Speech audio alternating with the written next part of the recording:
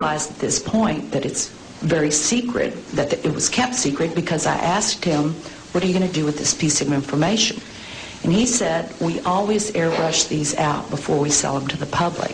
So they're pesky little creatures appearing on this photograph they wanted to get rid of. This is a fact of the matter. We were really not sure after John flew whether or not there were critters, living critters, out there somewhere. Critters that were captured by NASA on that mission STS-75 in 1996. In all my considerable experience of the entire UFO scenario, I have never seen and never expected to see footage like that. And least of all did I expect to see it on film that, or tape that had been exposed by the government in a NASA mission. The shuttle Columbia in this mission was equipped with a very sophisticated and expensive ultraviolet camera. It was sensitive to the near ultraviolet. And when they were up at 300 miles above the atmosphere, they launched from the Columbia a small satellite with a tether. Not long after it was launched from the Columbia, the tether broke. We'll record steadily the whole break and coil back to the tether. Copy, Claude. Here we go. Again, this is a view of the satellite. Well, if it had to break, it did it in the right place. And you see on this astonishing film, you see the satellite go drifting far astern of this orbiting Columbia. The tether, which is 12 miles long, straightens out into a long white line, which you can see as plainly as could be. Columbia and the satellite now 77 nautical miles apart. Now, while this is all going on, a whole covey of UFOs, perhaps 36 of them, manifest to this ultraviolet camera, and they begin moving around and circulating, looking for all the world like something in an aquarium tank. The satellite, again, just moving into sunrise. Now, Houston, of course, down on the ground, is getting this feed from the Columbia, and they ask the astronauts in the shuttle, what can they see? What is it they can see? You guys getting the image? Franklin, we see a long line, a couple of star-like things, and a lot of things swimming in the foreground. Can you describe what you're seeing? Well, the long line is a tether, and there's a little bit of debris that kind of flies with us. It is like a brilliant white bar. It looks like a neon sign, and it's 12 miles long. Now, what this does is give you a sort of cosmic ruler by which you can get an idea and an estimate of the diameter of the UFOs that are flitting around down there. Now, when you see them go behind the tether, that means that you can use that tether like a ruler to measure their diameter. And those things that are down there going behind the tether are between 2 and 3 nautical miles in diameter. One of the things you see over and over again is you see UFOs materialize into the ultraviolet while you watch. You see them come from out of nowhere to the point where they are returning a response to the camera. You also see them dematerialize while you have them under observation. There's 2 of the central things that have gone on with UFOs since day one: materialization and dematerialization.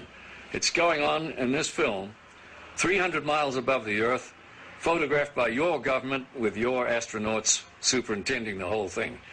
Completely unzoomed, and you see the full extent of the tether. Columbia, Houston, that's a much better view, a lot more contrast visible. It's not an infrequent occurrence out there. They happen quite often. There were probably 1,500 reported cases at that time. I have over 3,000 cases now. They estimated 100 yards from the left wing with this 100-foot disc. And the strength of the signal was as strong as the surface contact on the water of an aircraft carrier. This contact was huge. We were flying tankers over England, and London Control asked us to intercept a UFO. We would go from 1 o'clock, 7 or 8 miles to 6, 7 o'clock, 7 or 8 miles inside of 4 or 5 seconds after the movement. They could rise, go straight up. They could do that. It seemed like instantaneous. Once they started moving, they went straight up, for a while, and then they went zap. Then it just sort of disappeared. It dematerialized and left the atmosphere just gone. It just took off into space. It just left. And there had been ET visitation. There had been crashed craft. There had been material and bodies recovered. I didn't want to look at it any longer than that because I felt that my life was in jeopardy. I was beaten, literally hit in the ribs and pushed, and I was resisting. And I know Sergeant Bustinza was doing the same thing. He said, "You are never to speak of this again. As far as you're concerned, this never happened." You never saw this. I don't exist, and this situation never happened.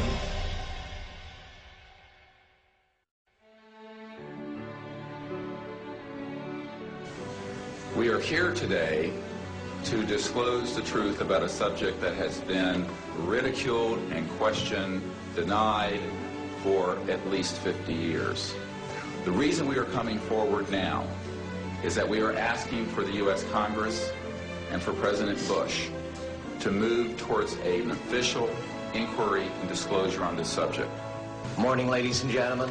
My name is Clifford Stone. I'm a Sergeant First Class, United States Army. My name is Dwayne Arneson. I served 26 years as a communication electronics officer in the U.S. Air Force. My name is John Callahan. I'm a retired FAA employee. I was the division manager for the Accidents Evaluation and Investigation Division. My name is Don Phillips. I was in the United States Air Force and had worked with certain intelligence agencies of the United States government. These are people who have been inside the CIA, NSA, NRO, Air Force, Navy, Marines, Army, all divisions of the intelligence and military community, as well as corporate witnesses, contractors to the government. My name is Dan Willis. My name is George Filer III. My name is John Maynard. My name is Donna Hare. My name is Carl Wolf. My name is Harlan Bentley. My name is Larry Warren. My name is Mark McCandlish. And these are folks who have been involved in so-called black budget or covert unacknowledged projects. These unacknowledged special access projects are taking in at least $40 to $80 billion per year. And they are sitting on technologies that can change the world forever. My name is Charles L. Brown.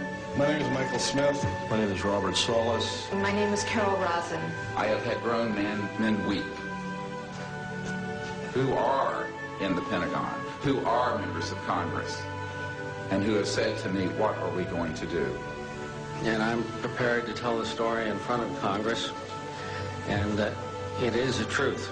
And I will testify under oath before Congress that what I'm saying is the truth. I'm prepared to go to Congress, to swear before Congress that everything I've told you people and everything that is here is the truth. These men and women have come forward and they have their credentials, they can establish who they are, and they have been first-hand witnesses to some of the most important events in the history of the human race. I'm willing to testify to the truth of all these matters that I've spoken about in front of Congress under oath. I'm willing to testify before Congress that what I'm saying is true. And I am prepared to testify in detail concerning these events and their truthfulness before Congress. These statements are true and willing to testify under oath before Congress. That I will testify under oath as to what I say is true, and I will do so before Congress. So I will testify before Congress if necessary and explain exactly what happened. And I will testify before the Congress under oath about everything I have said and more. I have personally briefed a sitting Director of Central Intelligence, James Woolsey, President Clinton's first CI director.